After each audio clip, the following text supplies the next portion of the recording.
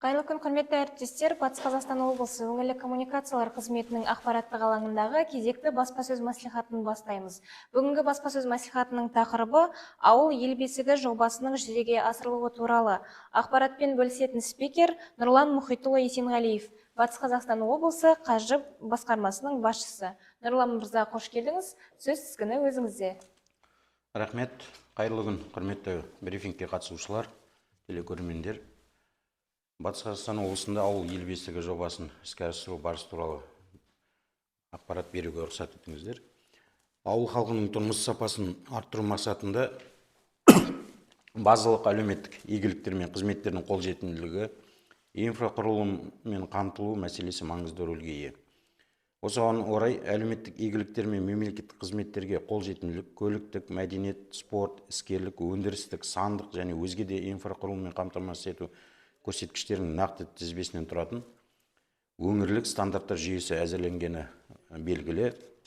Республика бойынша Аманат партиясының сайлауалды бағдарламасын іске асырудың жол картасын орындау мақсатында 2019 жылы бастау алған ауыл тұрғындарына өңірлік стандарттар жүйесіне сәйкес қолайлы өмір сүру сапасын қалыптастыру бағытталған ауыл ел бесігі жобасын іске асыру Батыс Қазақстан облысы бойынша да жалғасын тауып келеді. Жалпы облысымыз бойынша бүгінгі таңда барлығы 413 ауылдық елді мекен бар. Ауыл ел бесігі жобасын іске асыруға мүмкіндігі бар 221 перспективті ауылдық елді мекендер іріктелгенін атап өтеміз. Соның ішінде 77 тіректі ауылдық елді мекен, 34 стратегиялық маңызы бар шекара маңындағы елді мекендер және 110 спутниктік ауылдық елді мекендер бар. Перспективті ауылды елді мекендердегі халық саны 277 мың адамды құрайды. Бұл жалпы ауыл халқының 88%-ын құрап отыр. Жоба шеңберінде қаржыландыру келесі бағыттарға көзделіп отыр. Тұрғын үй коммуналдық шаруашылық нысандарын күрделі және орташа жөндеу, бұны дегеніміз сумен жабдықтау, кәріз, газбен, жылумен, электрмен жабдықтау объектілерін құрылысы мен қайта құру және күрделі жөндеу. Әлеуметтік мәдени нысандарын күрделі жөндеу, өзіңізге мәлім білім беру нысандары, мектептер, денсаулық сақтау, әлеуметтік қамсыздандыру, мәдениет және спорт объектілері қамтылып келеді.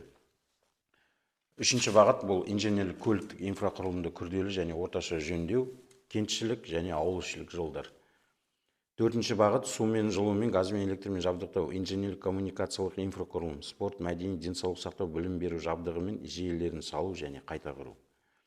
Жалпы осы 2019 жылдан бастап 24 жылды қамтығанда жоба шеңберінде ауылдардың әлеуметтік және инфрақұрылым дамытуға бағытталған 150 жоба іске асқан болатын.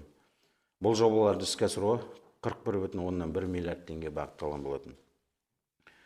281 мың адам немесе ауыл тұрғындарының 45% тұратын 95 перспективі ауылдар қамтылған болатын аталған қаражатқа. Бұның ішінде 68 тіректі, 15 спутниктік, 12 стратегиялық маңызы бар шекара маңындағы ауылдар. Нәтижесінде 24 білім беру нысандары, 20 мәдениет, 10 денсаулық, 3 спорт, 13 тұрғын үй коммуналдық шаруашылық нысандары, 7 шақырымға жуық су құбыры, 322 шақырым жолдар дамыту жобаларын іске асыру арқылы 95 ауылдың жаңа атап өттім әлеуметтік және инженерлік инфрақұрылымы жақсарған болатын. Оның ішінде 17 жоба 25 жылға, яғни осы жылға ауыспалы болып есептеледі. Ендігі кезекте биылғы іске асып жатқан жобалар, ағымдағы жылы 13 миллиард теңге 30 жоба іске асып жатыр. Жаңа айттым, 17 жоба ауыспалы, барлығы 30 жоба. Республикалық бюджет есебінен әлеуметтік мәдени нысандары мен көлік инфрақұрылым нысандарын салу мен реконструкциялауға 4,5 миллиард теңге бөлініп, 16 жоба іске асып жатыр. Және жергілікті бюджет есебінен 8,6 миллиард теңге. Оның ішінде көлік инфрақұрылымы жалпы құны 5,8 миллиард теңге болатын 16 жоба. Әлеуметтік салада 11 жоба, 6,5 миллиард теңге іске асып жатыр. Электрмен жабдықтау саласында жалпы құны 700 миллион теңге болатын 3 жоба жүзеге асырылуда. Көлік инфрақұрылымын дамыту бағытында жалпы құны жаңа 16 жобаны атап өттім. Жол құрылысы 18 шақырымнан астам күрделі жөндеу, 23 шақырым жолдар жасау жоспарланып отыр. Қазіргі таңда 7 жоба аяқталды, 15 километр жол жасалды. Атап өтетін болсам, Бәйтерек ауданы Достық, Казталов ауданы Қараоба, Жәнібек ауданы Түкейгенкөл, Тасқала ауданы 2-ші Шегіжін ауылы, Теректі ауданы Подстепный және Болашақ, Ақжайық ауданы Чапаев ауылдан ішкі жолдары. Әлеуметтік салада жалпы құны 6,5 миллиард теңгеге 11 жоба, білім беру нысандары бойынша 6 білім беру орталықтары күрделі жөндеу жүргізілуде. Жыл соңына дейін барлығын аяқтау жоспарланып отыр. Бұның ішінде Көкжасар Жаңғала ауданы Көкжасар мектебі аяқталды. Қалған осы Бәйтерек ауданы Белес ауылы, Ақжайық ауданы Базаршолан ауылы, Сырым ауданы Қоңыр ауылы Абдулла Жамағалиев мектебі, Шыңғырлау ауданы Қылышев атындағы жалпы орта білім беру мектептері күрделі жөндеуден өтуде. Мәдениет саласы бойынша 5 жоба, оның ішінде 4 ауылдық мәдениет үйінің және 1 кітапхана құрылысы жүргізілуде. Соның бір жобасы аяқталып отыр. Қазір күні бүгінге өзіңізге мәлім, Ақжайық ауданы Көне Кеткен ауылында мәдениет үйі құрылысы күні кеше тапсырылған болатын. Электрмен жабдықтау саласында жалпы құны 700 миллион теңгеге 3 жоба, оның ішінде 1 жоба ауылдық көшелер жарықтандыру және 2 жоба ауылдық электр желілерін қайта жаңғырту нысандары. Барлық жоба аяқталды. Тасқала ауданы Тасқала ауылы көшелерін жарықтандыру, Бөрлі ауданы Приорал және Шыңғырлау ауданы Шыңғырлау ауылы электр желілерін қайта жаңғырту жобалары күні бүгінге аяқталды. Іске асырылып отқан жобалардың ішінен атап өтетін болсақ, бұл Бәйтерек ауданы Макаров және Көшім, Ақжайық ауданы Қауыршақты ауылдарында мәдениет үйі құрылыстары жүріп жатыр.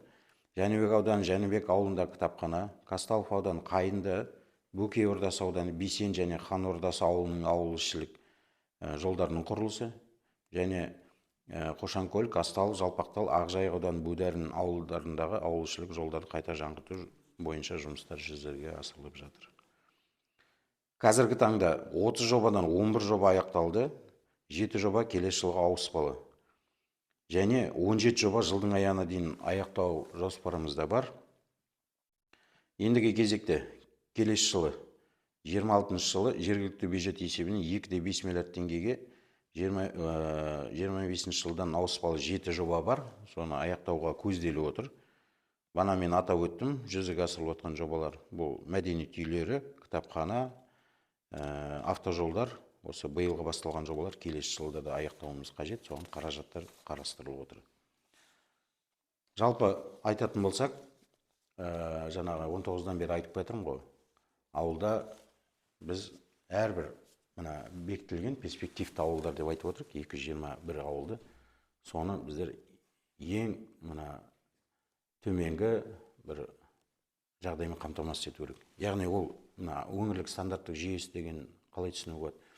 Біз ауылға ауылішілік жол, мәдениет үйі, денсаулық сақтау нысандары және жалпы орта білім беретін нысандарды күрделі немесе қайтаға жаңғыртудан өткізуіміз қажет. Ауылға үлкен қомақты қаражаттар бөліп жатыр. Енді бұл жерде де айта кететін жобалардың іске асыруына да ең бастысы өзіміздің әртүрлі деңгейдегі депутаттық корпустардың қолдауымен, облыстық, аудандық, қалалық мәслихат депутаттарының қолдауымен жүзеге асырылып жатыр. Және де іске асыру барысы ұдайы тұрақты бақылауда.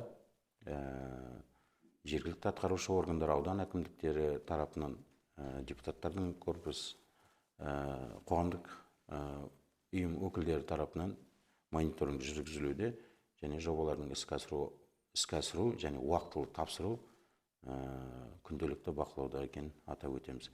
Ауыл ел бесігі жобасы әрде жалғасады. Бұл енді барлығы осы ауылдық өзіміздің тұрғындарымызға қолайлы жағдай жақсарту. Қысқаша баяндамам аяқталды. Назарларыңызға рахмет. Рахмет, Нұрлан Мұхитұлы. Алаңыңызға келіп ақпаратпен бөліскеніңіз үшін алғыс білдіреміз. Алдағы жұмыстарыңызға сәттілік. Құрметті әріптестер, осымен баспасөз мәслихатын аяқтаймыз. Аман сау болыңыздар.